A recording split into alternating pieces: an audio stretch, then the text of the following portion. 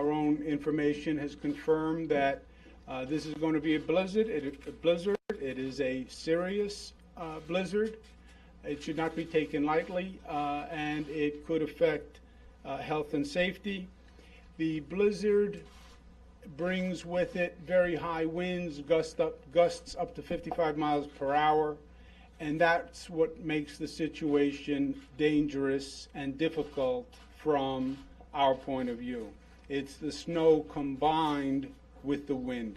New Yorkers, we're tough, and it doesn't matter, you should stay home. You know, this is nothing to take lightly.